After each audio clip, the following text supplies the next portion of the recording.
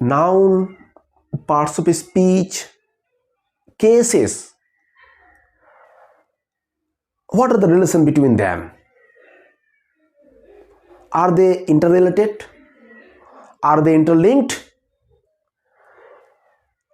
This video will gonna explain about the interrelation between noun, parts of speech and cases.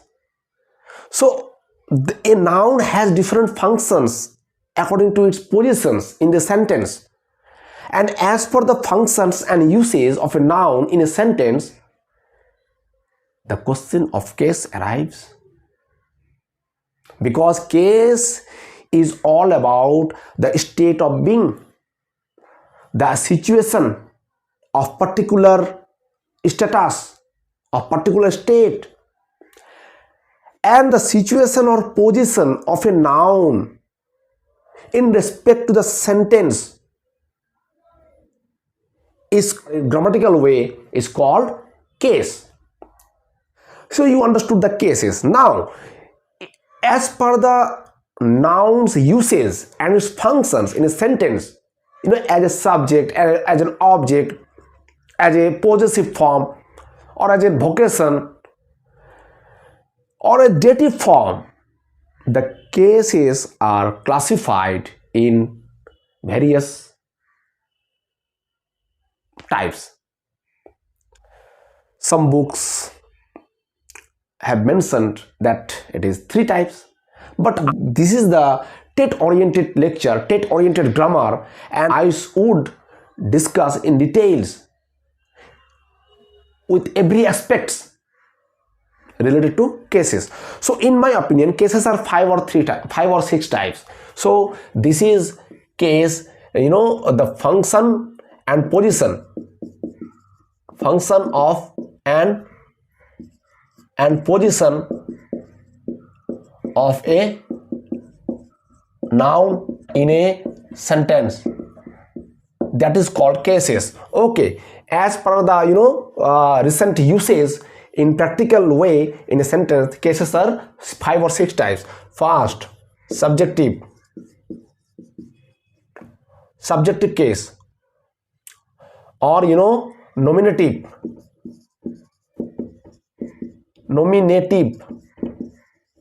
case. So what is nominative case? It is very simple. The noun when placed in the place of subject of a sentence, this is called nominative case. It is used to be a subject, karta. This is why it is nominative case. Ram has done the work. Here Ram is a nominative or subjective case, because the noun or pronoun used to be seated in the place of subject. Do number. Number 2, objective case. Objective or accusative. You have to learn or memorize the alternative term also, because it may come. So objective or accusative, what? The opposite of nominative case. When the noun or the noun,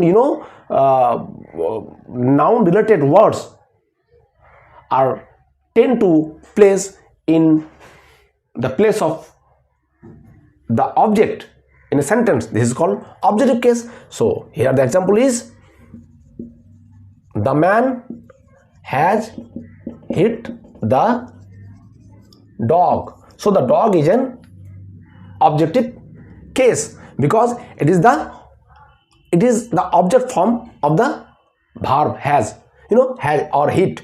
So this is objective case or accusative case, because accusative. Why accusative? Because and it is accused that this man has hit the dog. All right, 3 number.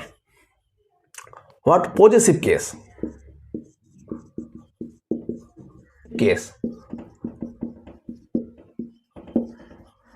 So what is possessive case or genitive case? The noun or the noun related words when used in the subjective in the place of subject or in the place of object taking the ending of apostrophe s. This is called possessive case. So Ram's brother has given the idea. Ram's brother has given the idea. So Ram's brother, it is a possessive case. So this possessive case may sit in the place of object. So this is what 4 number is possessive or genitive case, dative case. So dative case is called the sentence when the indirect object of the sentence, indirect object of a transitive verb is supposed to be in relation with the subject indirectly. The indirect form of a transitive verb when supposed to be related with the subject indirectly or relates indirectly, not directly, this is called dative case. It is used to be sit in the place of object. The dative case in passive voice, it is called retained object. Retained, the dual object, when transformed with the voice, then one object is retained in the same place. That is called retained object. But retained object is only used in the passive voice, and the active form of the retained object is dative case. He gave the beggar a rupee. Here the beggar and the rupee, dual object is used, and one object is of course dative. Here he gave the beggar, it is direct, a rupee is an indirect object. So in this case, if this is transformed into passive voice, or this is converted into passive voice, then one object will be retained, and then the grammatical term occurred as retained object. Clear? 5 number is what? Vocative case. Vocative case. Yes. So vocative case, what? When invoking something. Invocation. So from invocation, the vocation term are derived, and from this term is vocative. The adjective word vocative is come by. So the vocative case means invocation, some object, some inanimate things, some ideas taken as human beings or given the attribution of life. This is called personification. When some object is personified and invokes or made invocation, that is called vocative case. Oh God, have mercy on us. An invocation, it can be with an inanimate object. Oh nature, oh nature, give me half of your beauty. So here the man invoked nature as human beings and personified nature.